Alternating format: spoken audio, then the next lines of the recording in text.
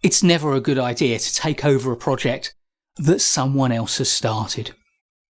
There's too much risk that they have failed to set up the project to succeed. So what do you do if you have no choice?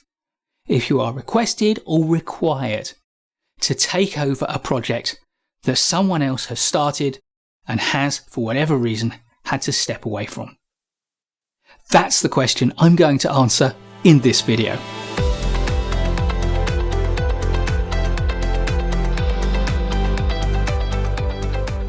You want to make a success of a project that somebody else had started? What's the problem? Well, firstly, there's the legacy of decisions that you may not have made. You may have made different choices, and now you're taking on a project that isn't in a state that you would ideally have got it to. It's not so much that you don't understand that state, it's that when you find out what that state is, you'd really rather start from somewhere else. And the second point is that if that project manager had known at the outset or suspected at the outset that they weren't going to be required to complete the project, then they had very little stake in its end success. Which means that they would have felt able to make the decisions that made their life easier at the time, rather than the difficult decisions which would set the project up for long-term success. You may be inheriting a project with serious issues built in. And certainly, you should never agree at the start of a project to take it over part way through. If the project manager who starts it knows they're not going to finish it, then they really are unlikely to set you up for success.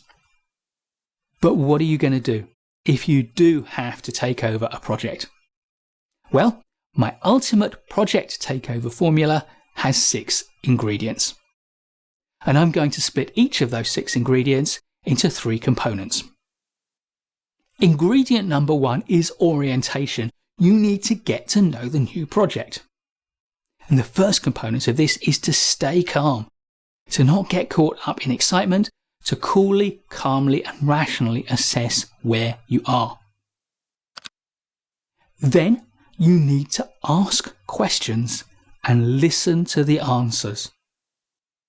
The orientation step of taking over a project is all about gathering information like a sponge. You have a short window of opportunity where you're not expected to have the answers, so you can ask other people anything about the project. The more information you can gather, the more different perceptions you can harvest, the better you'll be set. And the third component of orientation is to avoid making any promises. At the early stage, you don't know what promises you'll be able to keep and what promises you would have to break. So the fewer promises you make, the better. Take on no commitments unless you are 100% certain that you can deliver on them. Otherwise, you are setting yourself up to fail and you are putting your reputation on the line right at the start. The second ingredient of the Project Takeover formula is governance. Because without good governance, a project will not succeed. The 3 components of this ingredient are to understand, to assess, and to amend. Firstly, understand the governance procedures that are already present and the skills and personalities of the people involved. Then assess them. How well suited are they to what you need to get done? How well do they fit within the organisation's own governance structures? Are they fit for purpose?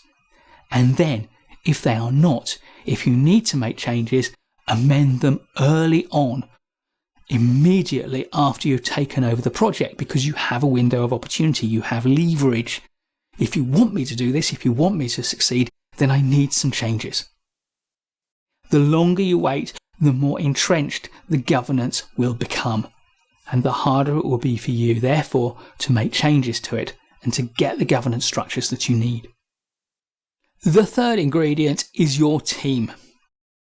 And the first component of dealing with them is to meet them, to greet them, and to start to build relationships with each of your team members, to get to know them as much as you can.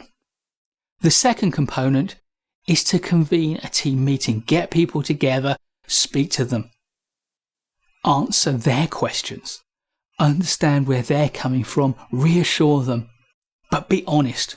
Remember, don't make any promises you can't keep.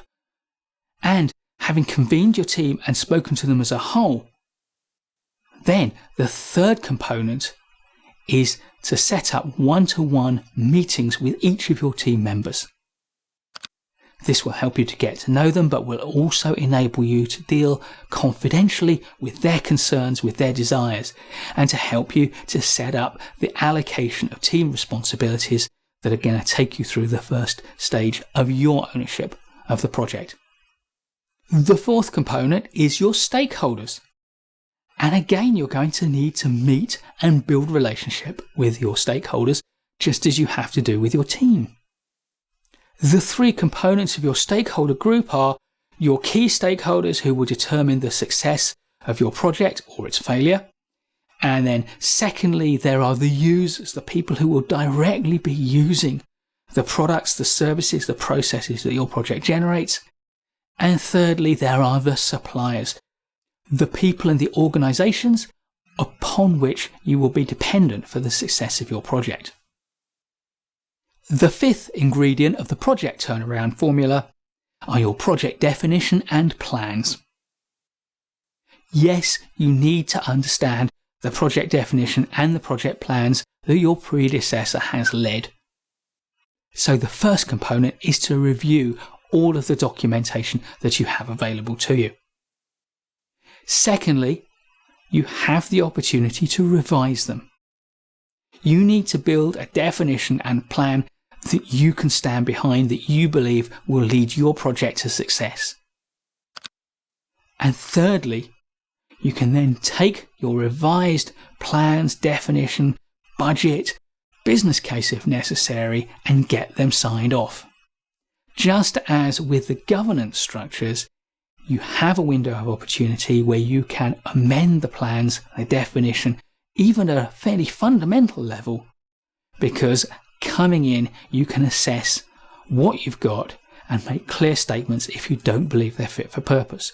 Once you've had the helm of your project any length of time, then changing your plans is going to become more difficult, because people will ask the question quite rightly, why didn't you sense the need to change them earlier? And the final ingredient of the project takeover formula is to move forward.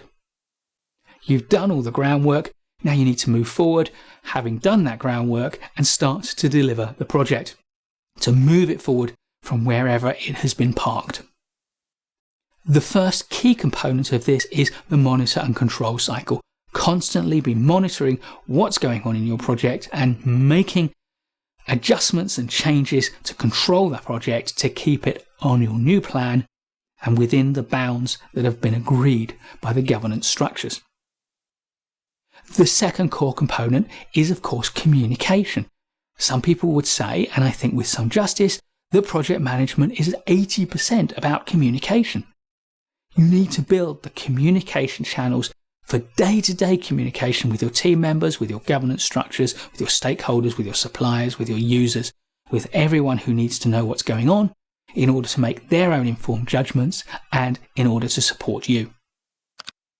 And finally, the last component of the last ingredient is to consider re-energizing your project with a fresh kickoff. You've done all the work, you've understood where you are, you're ready to move forward, you've understood how you're going to communicate, you've built a monitor and control process. Now get your team together and re-energize the whole thing. This is your opportunity to motivate the team and to draw a line under everything that has gone before, and to let everybody know that you're ready to move forward, you're ready to take over the project, and collectively to succeed. If you've enjoyed this video, please do give us a like and subscribe to our channel, because we'll be producing loads more great content in the near future. And why not hit the notification bell so you don't miss any of it? And I look forward to seeing you in the next video.